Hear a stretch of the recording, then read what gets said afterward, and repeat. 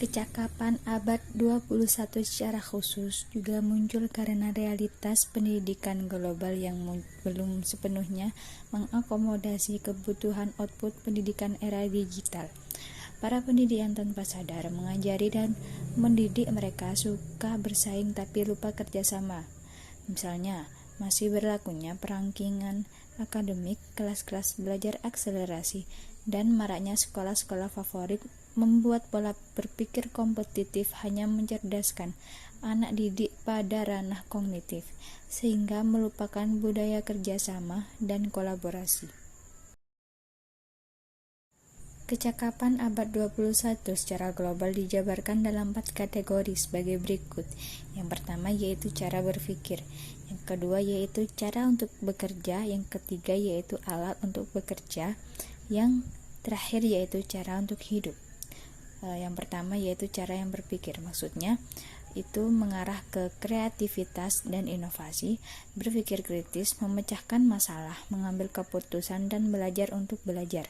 Yang kedua yaitu cara untuk bekerja, maksudnya itu mengarah kepada berkomunikasi dan bekerja sama. Ketiga yaitu alat untuk bekerja, maksudnya mengarah kepada pengetahuan umum dan keterampilan teknologi informasi dan komunikasi. Dan yang terakhir yaitu cara untuk hidup, maksudnya mengarah kepada karir, tanggung jawab pribadi dan sosial, termasuk kesadaran akan budaya dan kompetisi.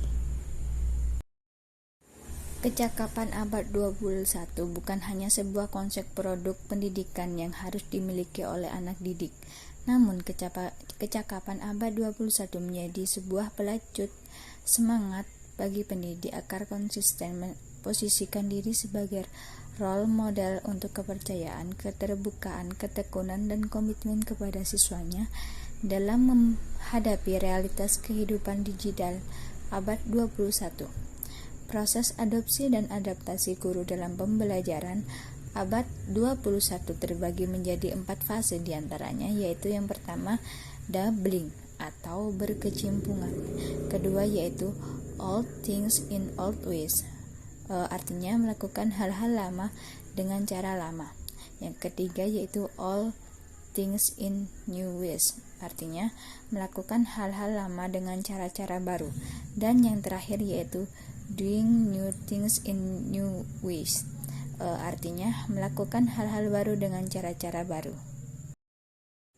4 proses adaptasi tersebut harus mampu dilakukan oleh pendidik, sehingga dibutuhkan konsisten diri agar proses adaptasi berjalan dengan semestinya. Terdapat perbedaan antara kategori kompetensi abad ke-21 dengan kategori kualitas karakter.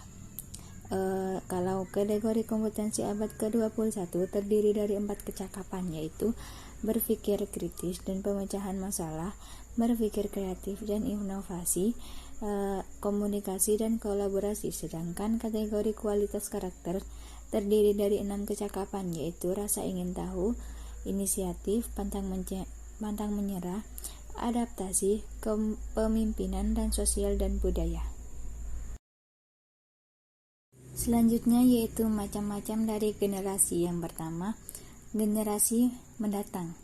Generasi mendatang selain literat juga harus kompeten dalam berpikir dan bertindak. Kompetensi abad ke-21 yang harus dimiliki generasi mendatang adalah berpikir kritis dan pemecahan masalah, kreativitas dan inovasi, komunikasi dan kolaborasi. Yang kedua yaitu generasi kritis. Generasi kritis memiliki kemampuan metakognisi yang lebih tinggi sehingga pikiran kritisnya lebih terkontrol. Mereka tahu kapan harus mereka berbicara secara objektif, sesuai fakta dan berdampak positif untuk membangun dan menyelesaikan masalah yang dihadapi dirinya dan masyarakat. Yang ketiga yaitu generasi komunikatif. Generasi komunikatif diperlukan oleh masyarakat dunia agar setiap pesan penting untuk kelangsungan hidup dunia dapat dipahami oleh setiap individu yang merupakan bagian dari masyarakat dunia. Diperlukan oleh masyarakat dunia sebagai motor penggerak dunia agar tetap berjalan dan bertahan hidup di tengah dunia yang serba kesulitan. Yang keempat yaitu generasi kolaboratif.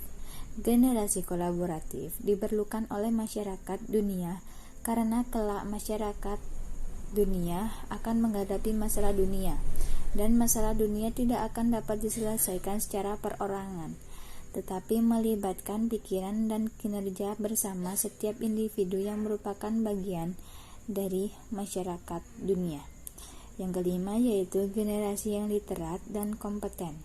Generasi yang literat dan kompeten tidak akan memberikan manfaat banyak tanpa dibarengi dengan kualitas karakter mereka. Yang keenam yaitu generasi mendatang. Generasi mendatang adalah generasi ilmuwan yang memiliki rasa ingin tahu yang tinggi, sehingga memiliki kepedulian terhadap masalah dunia untuk berkontribusi dalam memecahkan masalahnya. Yang ketujuh yaitu generasi emas mendatang yang